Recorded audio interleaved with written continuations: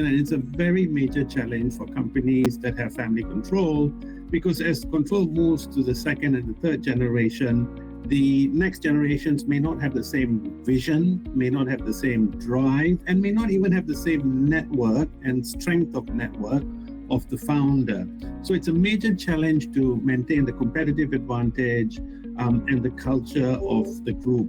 The way that some groups, and to be frank, across the region in Asia, very, very, very few family-controlled companies have managed this transition well, right? But a few that have usually done it through bringing in professional management at senior executive level at about the time or just before there's a transition to the second and third generation. So essentially, the chairman of the board can remain a family member, and that can move to the second and third generation. But if you have a CEO and other senior executives who are professional managers, then they continue to have a sense of industry evolution, market developments, and fresh ideas that can come up to the board for the board's discussion. And I think that's the key thing. The execution and management needs to be professional, while the board can still be family controlled to maintain the culture. And if that works, if that works well, then you can have the transition where the second and third generation are mainly controlling the board, but not running the management. As I say, very few companies have managed this transition well. But one of the examples from Hong Kong is the power company CLP, where there's a transition in the chairman of the board from the founder to his son. But in the meantime, there's already a senior executive, there's already an independent professional executive as CEO, and that transition seems to be happening very well.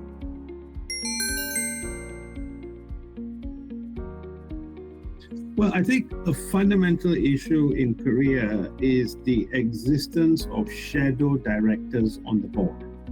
And those are directors often coming from the family who are not elected by shareholders and therefore not accountable to shareholders, but have significant influence and often may actually be the chairman of the group and in effect the chairman for that particular company.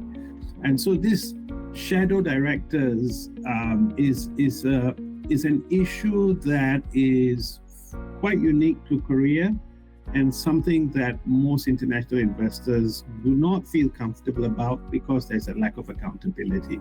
That's a major issue. The other issue about boards and it translates into the financial performance of the companies. Korea overall is a market with low return on equity and low payout ratios, as a result of which generally lower dividend yields. It's beginning to change, but the low payout ratio essentially is a form of management and the board not giving priority and sharing the returns with shareholders. And that's a significant issue in Korea in many different ways, but one manifestation is the low payout ratio that hopefully in the coming years starts to change.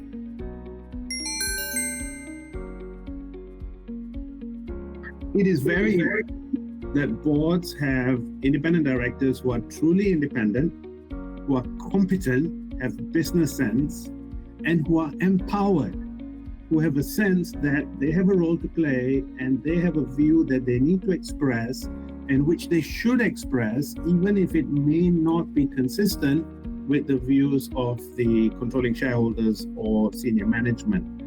And in a sense, the amendments to the commercial code does help to empower independent directors because now they have greater personal liability, and so they will often need to speak up in a way that previously they might feel this is not really my business, I can just keep quiet.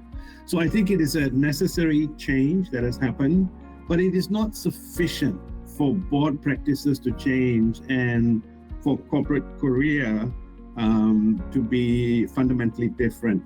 The issue really is the concept of the board. The view of the board is still that it is advisory. Management brings issues to the board gives its views, and then management decides which way to go.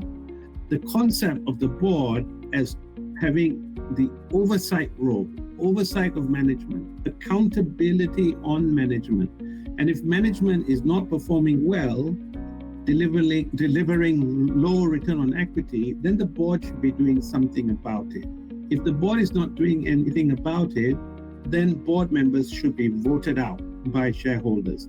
So the concept of the board as not just advisory, but having the oversight role is something that will take time to change, but hopefully Korea moves in that direction as well. So the main challenge is for boards to be seen as having an oversight function and not just to be advisory. And to help to get into that direction, I think it's crucial that you have independent directors discussing with investors on issues that the market has, concerns that the market has on the company and on the sector, so that the board gets direct information from investors rather than filtered from the management. And so having a lead independent director whose responsibility includes speaking and engaging with investors, I think is crucial. And it would also give investors the chance to speak to board members on long-term strategic issues and how the board functions, and understanding the role of the board and whether the board is playing the function to maximize shareholder value.